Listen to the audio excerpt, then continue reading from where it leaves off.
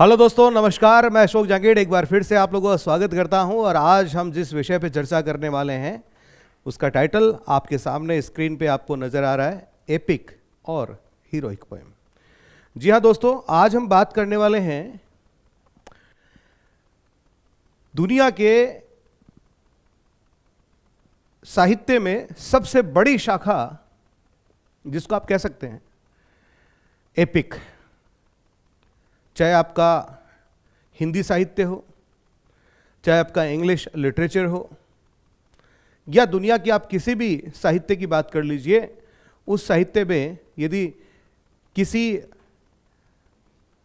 साहित्य की ब्रांच को सबसे ऊपर वाले पायदान पर रखना हो तो नाम आता है एपिक, जिसको आप हिंदी में महाकाव्य नाम से भी जानते दोस्तों। इसी एपिक को हम हीरोइक पोएम भी कहते हैं। क्यों कहते हैं, अभी चर्चाएं होंगी। थोड़ा सा पहले मैं आपको एक संक्षेप में एपिक के बारे में आपको बता दूं कि एपिक देखिए होता क्या है। तो पहले थोड़ा सा अपन इसके बारे में जानकारी ले लेते हैं और फिर तकनीकी जो शब्द हैं, शब्दावलियां हैं, उन शब्दों के साथ में हम आगे इस टॉपिक को बढ़ाएंगे। तो महाकाव्य अर्थात एपिक काव्य का सबसे महान और सबसे उदात्त रूप है, यानी the greatest and most Sublime form of poetry. इसका संबंध पोइट्री से है, न कि प्रोज से है। अब एपिक जो है उसमें एक नेशनल हीरो यानी राष्ट्रीय नायक की life, epic hero national hero होता है, उसमें राष्ट्रीय नायक होता है, एक बड़ा लेजेंडरी फिगर होता है। तो उसके जीवन, उसके हीरोइक डीड्स और उसके अचीवमेंट्स का जश्न मनाने वाली एक लंबी कविता है, चाहे वह ऐतिहासिक हो और या पौराणिक हो। इसके केंद्रीय पात्र के तौर पे एक महान नायक होता है, जिसके साथ और भी कई प्रमुख पात्र होते हैं, लेकिन उससे थोड़ा कम होते हैं। जैसे आपने रामायण देखी है, भगवान राम उनके सबसे बड़े पात्र हैं और उनके इर्द गिर्द और भी कई पात्र हैं। ठीक है, लक्ष्मण है, भरत है, शत्रुघ्न है, ठीक है, बाली है, सुग्रीव है, हनुमान है। लेकिन सभी पात्र जो हैं वो उस स्केल पे भगवान राम के समकक्ष जो है नहीं पहुंच पाते, उनसे थोड़ा कम रहते हैं। तो इसमें एक सेंट्रल फिगर होता है, एक केंद्रीय भूमिका में एक नायक होता है और भी कई प्रमुख पात्र होते हैं, ठीक है, जो शक्तिशाली तो होते हैं लेकिन उतने नहीं होते हैं जितना कि केंद्रीय पात्र होता है। ठीक है, अब महानतम कवियों द्वारा सदियों से अपने देश में प्रचलित व मौखिक परंपराओं के माध्यम से विकसित ऐतिहासिक या पौराणिक सामग्रियों से एपिक का सृजन किया गया है। इसको आप यूँ समझिए कि हमारे देश में या किसी के भी देश में जो सदियों से चली आ रही कहानियाँ हैं किसी लेजेंडरी फिगर के बारे में, जो मौखिक परंपराओं से एक जनरेशन से दूसरे जनरेशन तक पहुंचती हैं, उनको विकसित करके कोई व्यक्ति उनको कहानियों में पिरो देता है, ठीक है, तो वो एपिक की श्रेणी में धीरे धीरे आ जाता है। इसमें आप और बात यदि हम करें तो रिनेसा काल के यानी पुनर्जागरण काल के जो क्रिटिक्स हैं, उन्होंने इस एपिक को काव्य की यानी पोइट्री की उच्चतम शैली माना, यानी हाईएस्ट जॉनर ऑफ पोइट्री माना है। It is the most ambitious of poetic achievements माना है। It is the most ambitious of poetic achievements. इसका अर्थ यह होता है कि हर पोइट की महत्वाकांक्षा होती है कि मैं भी एक एपिक लिखूं। अर्थात हर कवि की एपिक लिखने की महत्वाकांक्षा होती है, लेकिन सभी पोइट्स जो हैं इस कार्य में सफल नहीं हो पाते हैं, उनकी सभी की महत्वाकांक्षाएं पूरी नहीं हो पाती हैं। यहाँ तक कि इंग्लिश लिटरेचर में सर्वकालिक महान शेक्सपियर महोदय जो हैं वो भी एपिक नहीं लिख पाए थे। बावजूद इसके कि सबसे बड़े फिगर माने जाते हैं वो इंग्लिश लिटरेचर में, उनके बिना अंग्रेजी साहित्य अधूरा है, ठीक है, लेकिन फिर भी वो क्या नहीं लिख पाए, एपिक नहीं लिख पाए थे। ठीक है, उनकी तुलना में मिल्टन को मैं इसलिए थोड़ा सा एक रैंक ऊपर समझता हूं क्योंकि मिल्टन ने एपिक लिखा था। ठीक है, नाम आपको पता ही है, पैराडाइज लोस्ट लिखा था, और वो भी तब लिखा था जब वो अंधे हो गए थे। मिल्टन 1652 में, यस 1652, 1652 में अंधे हुए थे, लेकिन कुछ उनको महान लिखना था, चाहते थे कि मैं कुछ अच्छा लिखूं, और इसकी ख्वाहिश जो है अपनी पुरानी वो पोइट्री में व्यक्त कर भी चुके थे। तो वो डिक्टेट करते थे और लिखता कोई और था, जिसमें उनके सेक्रेटरी भी थे, उनकी बेटी जो थी वो भी इस कार्य में उसकी मदद करती थी, ठीक है, उनके डिक्टेशन को वो लिखते थे।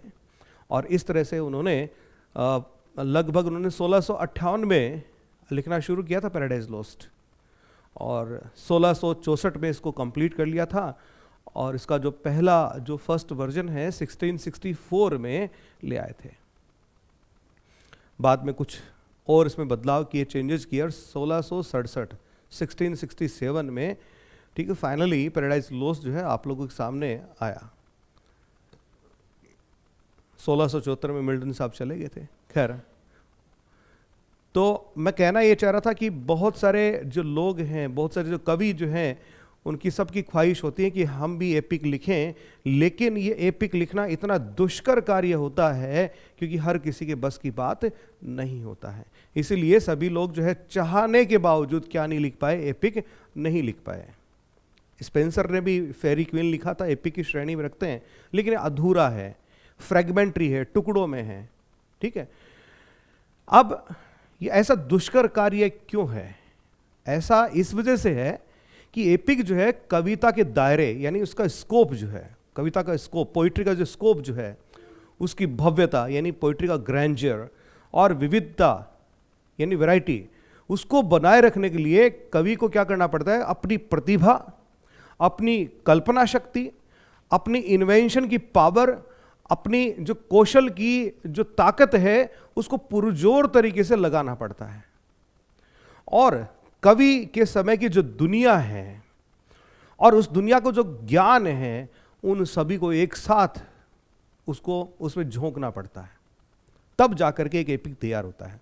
यह बहुत ही सरल शब्दों में आप लोगों से कहूं तो एपिक का मतलब यह हो गया कि इसमें एक व्यक्ति की कहानी नहीं होती है, उसमें कई सारे लोगों की कहानी होती है। इसमें एक प्लॉट नहीं होता है, इस एक प्लॉट के साथ में कई सारे सब प्लॉट्स जो हैं चलते हैं, आपस में गूंथे हुए होते हैं। तो कवि जो है इतना माहिर होना चाहिए कि सभी प्लॉट्स को वो क्या, सभी सब प्लॉट्स को मेन प्लॉट्स के साथ में आपस में गूंथ करके, ठीक है, वो लेकर के चले। उसके लिए उसे दुनियादारी का बहुत अच्छा ज्ञान भी होना चाहिए, दुनिया का ज्ञान होना चाहिए, ठीक है। तरह तरह के जो पात्र हैं, उन पात्र की जो मनोस्थिति है, उसका भी उसे ज्ञान होना चाहिए, तब जाकर के वो एक एपिक का सृजन करने में कामयाब हो पाता है। तो इसी वजह से क्या हुआ कि यही कारण रहा कि बड़े बड़े पोइट्स के बहुत सारे प्रयासों के बावजूद हमारे पास में कोई बहुत ज़्यादा प्रसिद्ध एपिक्स नहीं है। हमारे हाथों में कोई बहुत ज़्यादा प्रसिद्ध एपिक्स नहीं है। लगभग 3000 सालों में हमारे पास वास्तव में आधा दर्जन से ज़्यादा महाकाव्य नहीं है, एपिक्स नहीं है, आधा दर्जन। तो मोटे मोटे जो प्रमुख हैं लगभग 6-7 मान लीजिए, इससे कुछ ज़्यादा नहीं है। तो इनमें ग्रीक साहित्य की बात करें तो इसमें होमर का इलियड है, होमर का ही एक और ओडिसी है। लैटिन की बात करें तो उसमें वर्जिल का एनियड है, और एंग्लो सेक्शन काल की बात करें तो उसे बीवुल्फ है, जिस पर हॉलीवुड में बीवुल्फ नाम से मूवी भी बनी, आपको देखनी चाहिए। दांते का डिवाइन कॉमेडी भी इसमें शामिल है, और मिल्टन का पैराडाइज लॉस्ट है, स्पेंसर की अधूरी फेरी क्वीन है, और कुछ हद तक हम टेनिसन की मोर्टर डी आर्थर जो है उसको भी इसमें इंक्लूड कर सकते हैं, ठीक है। अब ये सब मैं बात कर रहा था लैटिन साहित्य की, ग्रीक साहित्य की, अंग्रेजी साहित्य की। हमारा साहित्य यानी भारतीय जो साहित्य है वो भी कोई कमतर नहीं है, और हमें उस पर गर्व है और होना भी चाहिए, क्योंकि हमारे भारतीय महाकाव्य में हमारे पास में महर्षि वाल्मीकि की रामायण है, तुलसीदास जी की रामचरितमानस है, और महर्षि व्यास द्वारा रचित महाभारत है, महाभारत, ठीक है। और महाभारत को विश्व इतिहास में सबसे बड़ा एपिक माना जाता है, याद रखिएगा इस चीज को। महाभारत को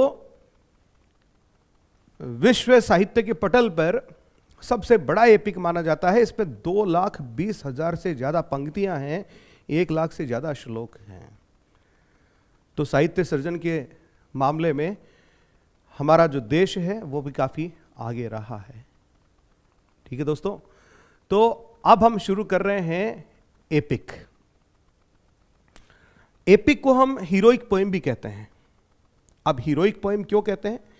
क्योंकि ये एक ऐसी लार्ज स्केल की पोएम होती है जिसमें कहानी जो है एक हीरो और उसके जो डीड्स हैं, उसके जो कार्य हैं, बहादुरी भरे कार्य हैं, उन्हीं के इर्द गिर्द घूमती है। इसलिए इसका नाम जो है हीरोइक पोएम भी रखा गया है। आगे बढ़ते हैं इसमें। तो सबसे पहले तो आप ये देखिए, ये जो एपिक शब्द है, द वर्ड एपिक, ये लैटिन भाषा के एपिकस, पेन सेलेक्ट कर लेते हैं अपन यहां पे, लैटिन भाषा के शब्द एपिकस और ग्रीक भाषा के एपिकोस से लिया गया है, जिसका शब्द जो है होता है कोई वर्ड, कोई पोइट्री, ठीक है, जो हीरोइक वर्ड्स में लिखी गई हो, कोई कहानी, एक कोई ऐसी कोई कहानी, ऐसी कोई कविता जो हीरोइक वर्ड्स में लिखी गई हो। ठीक है, तो एपिक शब्द की उत्पत्ति कहां से हुई है? आप इसको लैटिन भाषा के एपिकस और ग्रीक भाषा के एपिकोस से इसको जोड़ करके देख सकते हैं, जिसका अर्थ क्या होता है? कोई कहानी या कोई काव्य होता है। ठीक, इसके अलावा ये देखिएगा कि many of the world's oldest written narratives are in epic form, कि दुनिया की जो सबसे पुरानी लिखित जो कहानियां हैं वो एपिक फॉर्म में हैं, including the Babylonian Gilgamesh. Babylonian Gilgamesh, Gilgamesh जो है इसे सबसे पहला एपिक भी कहा जाता है। ठीक है, संस्कृत में महाभारत है, होमर का इलियड है, ओडिसी है, वर्जिल का एनियड है।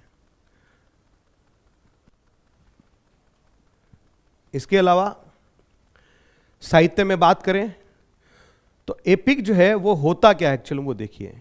ये एक लॉन्ग नैरेटिव पोएम है, एक लंबी कहानी है जो काव्य के रूप में लिखी गई है, पोएम। ये प्रोज नहीं है, ये क्या है? पोएम है। ठीक है, जो इसका लिखने का जो तरीका जो होता है वो काफी उत्कृष्ट अर्थात एलिवेटेड होता है और डिग्निफाइड, काफी डिग्निटी के साथ में इसको लिखा जाता है। इसकी थीम यानी कथा वस्तु, इसकी टोन और इसकी स्टाइल जो है सभी सब के सब कैसे होते हैं? सब के सब सीरियस होते हैं, गंभीर किस्म का होता है, इससे फनी कुछ भी नहीं होता है। ठीक है, और लिटरेरी डिवाइस के तौर पे हम बात करें तो कोई एपिक जो होता है वो क्या करता है? किसी हीरोइक डीड्स जो कि ऐतिहासिक या लौकिक महत्व के होते हैं। ठीक है, तो as a literary device an epic celebrates heroic deeds and historically और इवन कॉस्मिकली इंपॉर्टेंट इवेंट्स। यानी कोई एपिक क्या करता है? एक लिटरेरी डिवाइस के तौर पे आप देखें, साहित्यिक शाखा के तौर पे आप देखें तो एपिक क्या करता है? ऐतिहासिक रूप से या कभी कभी लौकिक रूप से जो बहादुरी भरे कार्य जो हैं उनका बखान करता है, किसी व्यक्ति विशेष का। ठीक है, an epic usually focuses on the adventures of a hero. Epic जो है ये किसी हीरो के जो एडवेंचर्स हैं अर्थात उनकी जो बहादुरी भरे कार्य जो हैं उसके ऊपर फोकस करता है।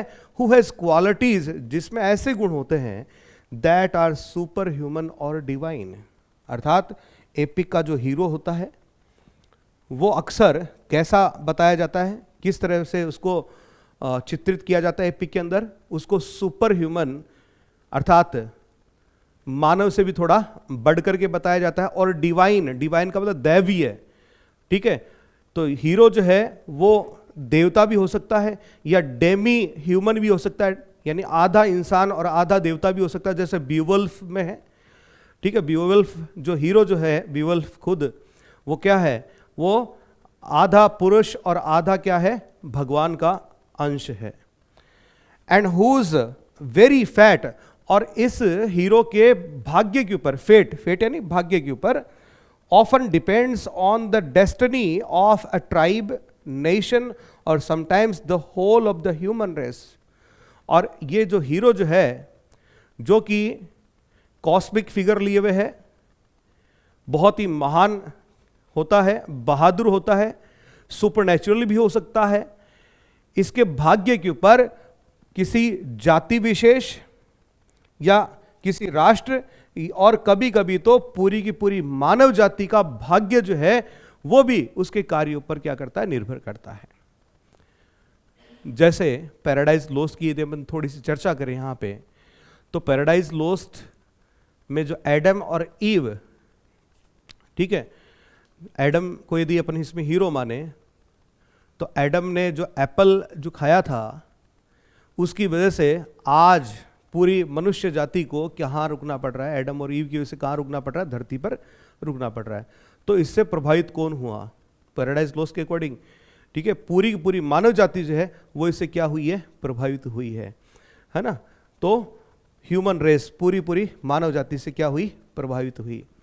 तो किसी एपिक का जो हीरो जो होता है, उसके जो कार्य जो होते हैं, उसके जो कृत्य जो होते हैं, उसकी जो हीरोइक डीड्स होते हैं, वो किसी जाति के भाग्य को, किसी राष्ट्र के भाग्य को या फिर पूरी की पूरी मानव जाति के भाग्य को क्या करते हैं, प्रभावित करते हैं।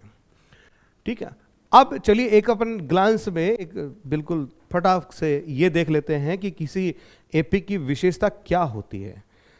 तो सबसे पहली यदि अपन बात करें तो written in formal elevated and dignified style, कि एपिक जो लिखा जाता है उसकी शैली जो लिखने की होती है वो कैसी होती है, फॉर्मल होती है, औपचारिक होती है। अब औपचारिक से मतलब क्या है, औपचारिक से मतलब ये है कि आप इसको प्रॉपर औपचारिकता के साथ में आप इसका लेखन कार्य प्रारंभ करते हैं। और इस हेतु सबसे पहला काम आप जो करते हैं वो ये करते हैं कि आप सबसे पहले शुरुआत के अंदर अपने इष्ट, अपने आराध्य जो हैं उनका आह्वान करते हैं कि मैं एक बहुत बड़ा टास्क जो है मैंने हाथ में लिया है और इस टास्क को आप पूरा करने में मेरी मदद कीजिए, मुझे इतनी प्रेरणा दीजिए कि मैं इस महाकाव्य को पूरा कर सकूं। तो सभी एपिक्स के प्रारंभ में आपको आह्वान यानी इन्वोकेशन आपको जरूर मिलता है। और उस एपिक के लेखन के लायक जो उपयुक्त जो शैली है वो भी कैसी होती है, फॉर्मल होती है। ठीक है, जैसे मिल्टन की पैराडाइज लॉस्ट की बात करें तो उसने ब्लैंक वर्स में लिखा है। दूसरे बिंदु पे चलें कि third person narration with an omniscient narrator.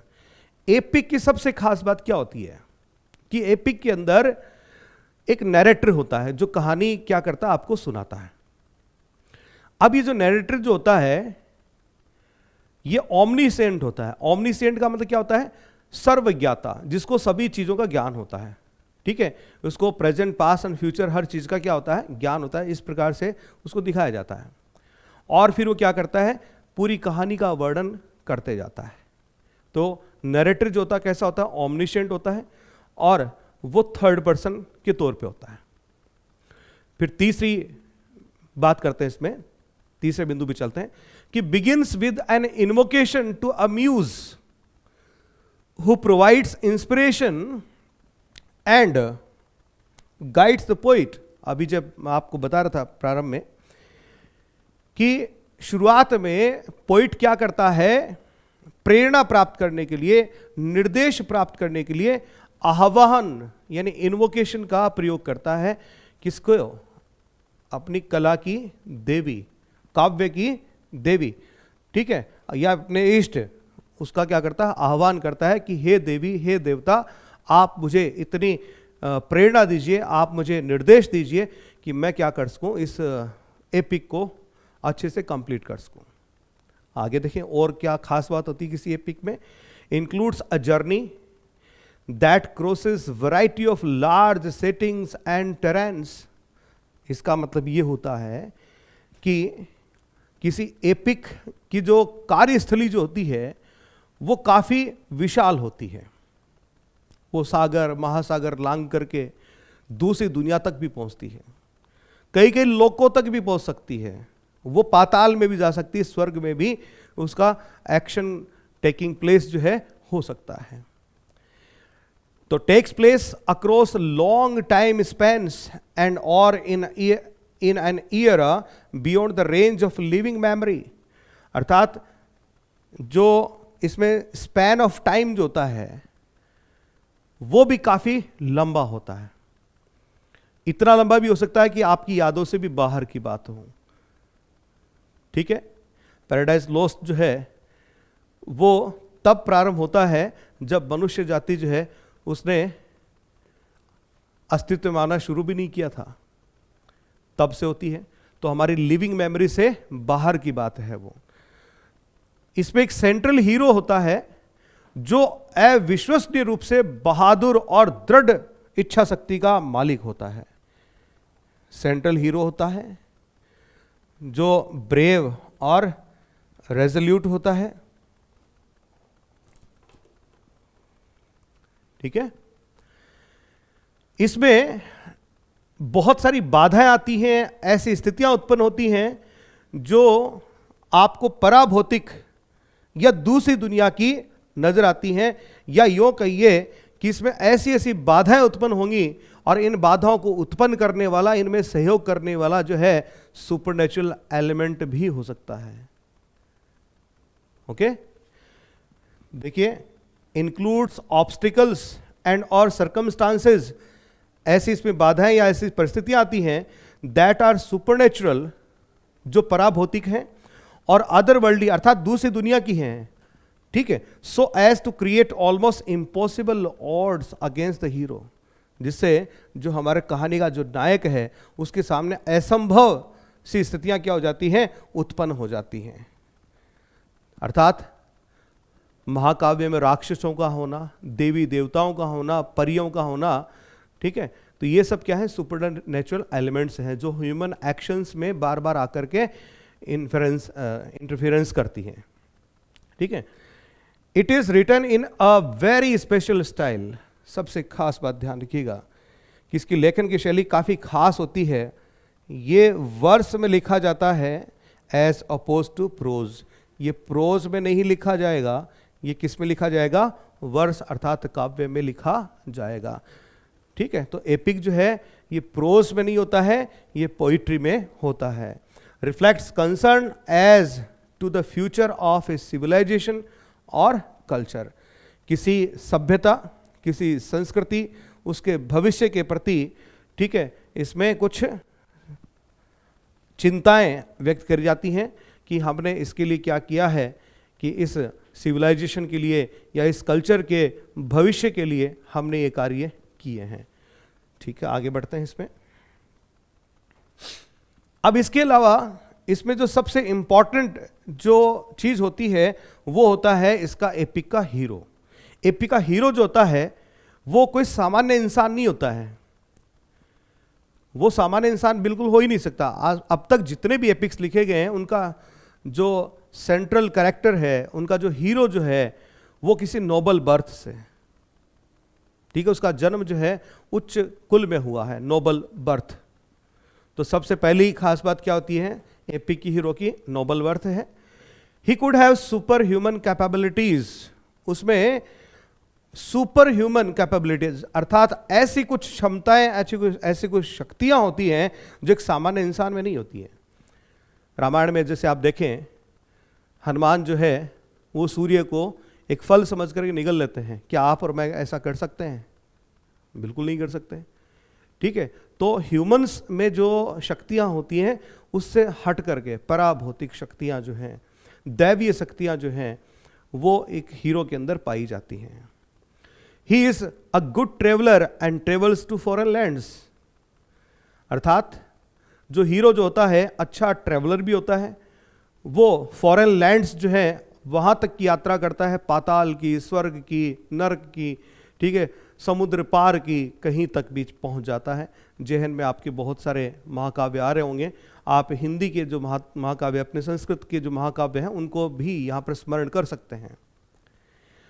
इसका जो हीरो जो होता है मैचलेस वॉरियर होता है, अर्थात अद्वितीय योद्धा, उसके बराबर उसके टक्कर का कोई योद्धा नहीं है। And could fight supernatural yes beings, और जो राक्षसों से, देवताओं से, उनसे भी वो टकरा जाता है, उनसे भी भिड़ जाता है। He is a cultural legend and people sing in his praise. वह अपनी संस्कृति का क्या है, एक लीजेंड है, लीजेंडरी फिगर है, और पीपल, लोग जो हैं उसकी प्रशंसा करते हैं, उसकी गुणगान करते रहते हैं। He is a humble, sympathetic and compassionate fellow. बहुत ही विनम्र, बहुत ही सहानुभूति और करुणा रखने वाला व्यक्ति होता है। He surmounts all obstacles including supernatural force, force यानी एनिमीज, ठीक है, तमाम तरह की बाधाएं जो हैं उनसे वो निपट लेता है। यहां तक कि जिसमें जो सुपरनेचुरल जो शत्रु जो होते हैं, ठीक है, राक्षस जो है उनसे निपट लेता है, देव देवताओं से उनसे भी निपट लेता है, उनको बंधक बना लेता है, ठीक है। So these are the qualities of an epic hero. थोड़ा और यदि अपन इसमें आगे बात करें, the hero of the epic is always a great national figure. Hero जो होता है एपिक का, वो हमेशा ही कोई नेशनल फिगर होता है, sometimes of even cosmic importance, कभी कभी तो पूरे लौकिक महत्व का, यानी एक लोक, दो लोक, तीन लोक, तीनों लोकों का भविष्य जो है वो तय करने वाला होता है। तो लौकिक महत्व का भी कभी कभी उसको बताया जाता है। जैसे होमर का जो इलियड है, उसमें महान ग्रीक योद्धा अकिलिस जो है वो हीरो है। हीरो कौन है इसमें? ग्रीक योद्धा अकिलिस है। He was the son of the Nereid. वो किसका बेटा है? नेरिद का बेटा है, ठीक है। और थेटिस का बेटा है। और थेटिस कौन है? Who was the daughter of the sea god Nereus. समुद्र के देवता नेरियस की बेटी थेटिस का और नेरिद का ये बेटा है अकिलिस। तो देखिए, यदि हम इसके जन्म की बात करें तो नोबल बर्थ हो गया। अब समुद्र की बेटी है, उसका ये बेटा है, नेरिद का बेटा है, ठीक है। तो उच्च कुलीन अपने आप हो गया, सुपरनेचुरल पावर्स इसके पास ऑलरेडी होगी। तो एक तरह से ये आधा इंसान और आधा क्या हो गया? भगवान हो गया, देवता हो गया। The hero of the वर्जिल्स Aeneid is एनियस। Virgil का जो एनियड है उसका हीरो कौन है? एनियस है, सन of the goddess Aphrodite. Aphrodite नाम की जो देवी है उसका ये पुत्र है। और पैराडाइज लॉस्ट की यदि आप बात करो तो उसका हीरो, यदि आप एडम को मानो तो ये पूरी पूरी मानव जाति को क्या करता है? रिप्रेजेंट करता है। और यदि आप क्राइस्ट को हीरो मानते हो तो क्राइस्ट कौन है? गॉड और मैन दोनों का संगम है, ठीक है।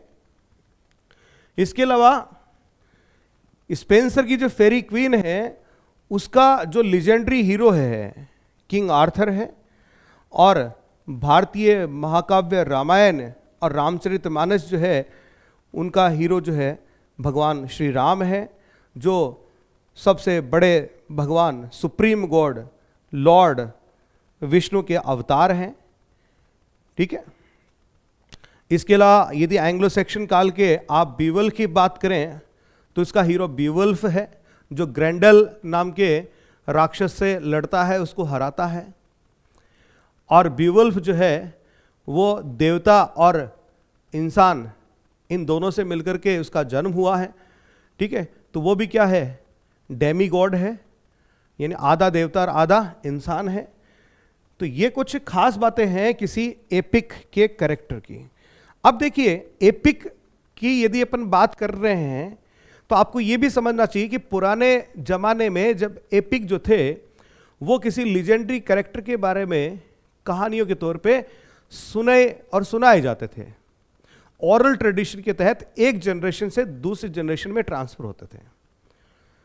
फिर बाद में जो इनका स्वरूप है उसको कॉपी करके, उसको इमिटेट करके डेलिबरेटली जब लिखे गए तो ये दूसरे प्रकार से हमारे सामने आए।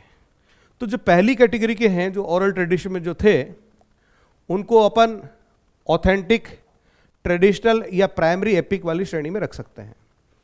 इस श्रेणी में आपके होमर का इलियड, ओडिसी और एंग्लो सैक्सन काल का बीवुल्फ रखा जाता है। बीवुल्फ का जो राइटर है वो अनोनिमस है, अज्ञात है, ठीक है।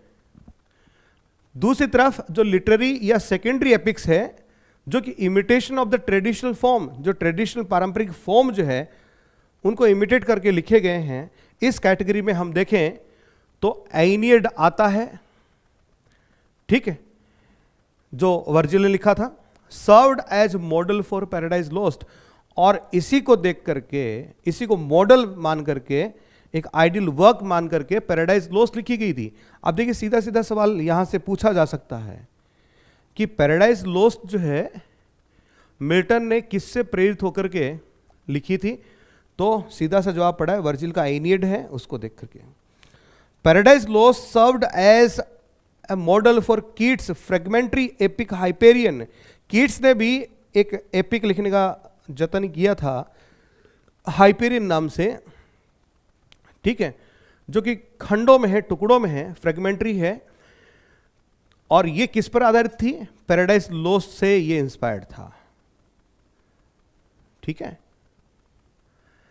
अब आपके सामने यहां पर कुछ प्रसिद्ध जो एपिक्स हैं उनके टाइटल मैंने रखे हैं, इनके पोइट कौन हैं, कौन सी कंट्री के हैं, हीरो कौन रहा है, इनको मैंने रखा है। जैसे पहला इसमें सबसे नाम आता है इलियड, ठीक है, इलियड और आपका ओडिसी, ये दोनों होमर के लिखे हुए हैं, ठीक है।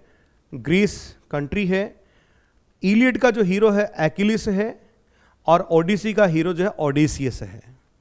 एनियड जो कि वर्जिल ने लिखा, ये लैटिन भाषा में है, एनियस इसका हीरो है, बीवुल्फ जिसके लेखक अननोन अर्थात अज्ञात हैं, और इसका जो हीरो खुद बीवुल्फ है।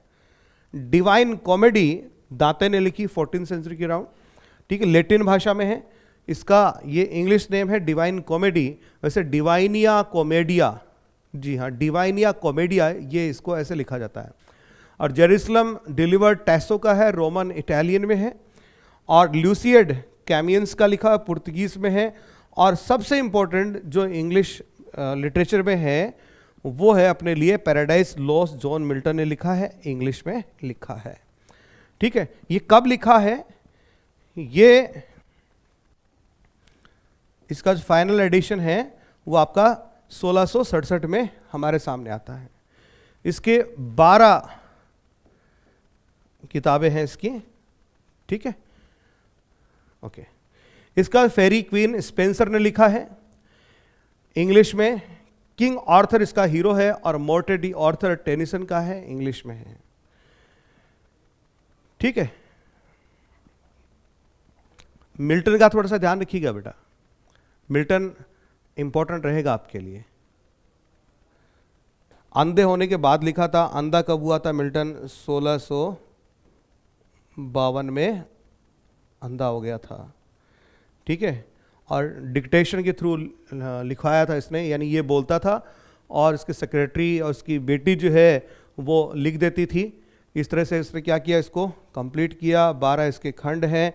और एक बात और आप याद रख लें कि ये ब्लैंक वर्स, ठीक है, ब्लैंक वर्स में इसको लिखा गया है। तो इंग्लिश में मोटे तौर पे आपके सामने ये 3 हैं, ठीक है। अब थोड़ा सा हम इस टॉपिक को समराइज कर देते हैं कि एक्चुअल में जो हमने एपिक के बारे में पढ़ा वो पढ़ा क्या था। तो एपिक जो है, जो कि हाईएस्ट जैनर ऑफ पोइट्री है, अर्थात काव्य की सबसे बड़ी शाखा है, is a long narrative poem. ध्यान दीजिएगा, लंबी नैरेटिव पोएम है, लॉन्ग शब्द, विच, अब पैराडाइज लॉस्ट की बात करें 10,500 पंक्तियां हैं उसमें कम से कम, which celebrates the life, heroic deeds and achievements of a great hero। तो लंबी कविता है, महान उसका हीरो है, its subject matter must be serious, इसकी कथा वस्तु बहुत ही सीरियस होनी चाहिए, and style must be elevated, और लेखन की शैली भी काफ़ी उत्कृष्ट होनी चाहिए। The fate of a nation और the human race depends on the actions of its hero, और किसी राष्ट्र का भाग्य जो है इस हीरो के जो द्वारा किए जो कार्य हैं उन पर निर्भर करता है। तो ये रहा आज का आपका टॉपिक, जिसमें हमने जाना कि एपिक क्या है और प्रमुख एपिक कौन कौन से हैं और इसकी क्या विशेषताएं होती है एपिक की, ये सब बातें हमने जानी हैं। अब यहीं से एक चीज और, एक और होता है मॉक एपिक। जी हाँ, मॉक एपिक जो कि किसी एपिक की पैरोडी होती है, उसके लिए हम अलग से एक वीडियो लेकर के उस पर चर्चा करेंगे। और इसके अलावा जॉन मिल्टन, इसका जो पैराडाइज लॉस्ट है, इसके बारे में थोड़ा सा डिटेल में हम जानेंगे, लेकिन यहाँ नहीं, उसके लिए मैं आपको अलग से एक वीडियो देने वाला हूँ, अब अभी बहुत ही जल्द। तब तक के लिए नमस्कार, धन्यवाद।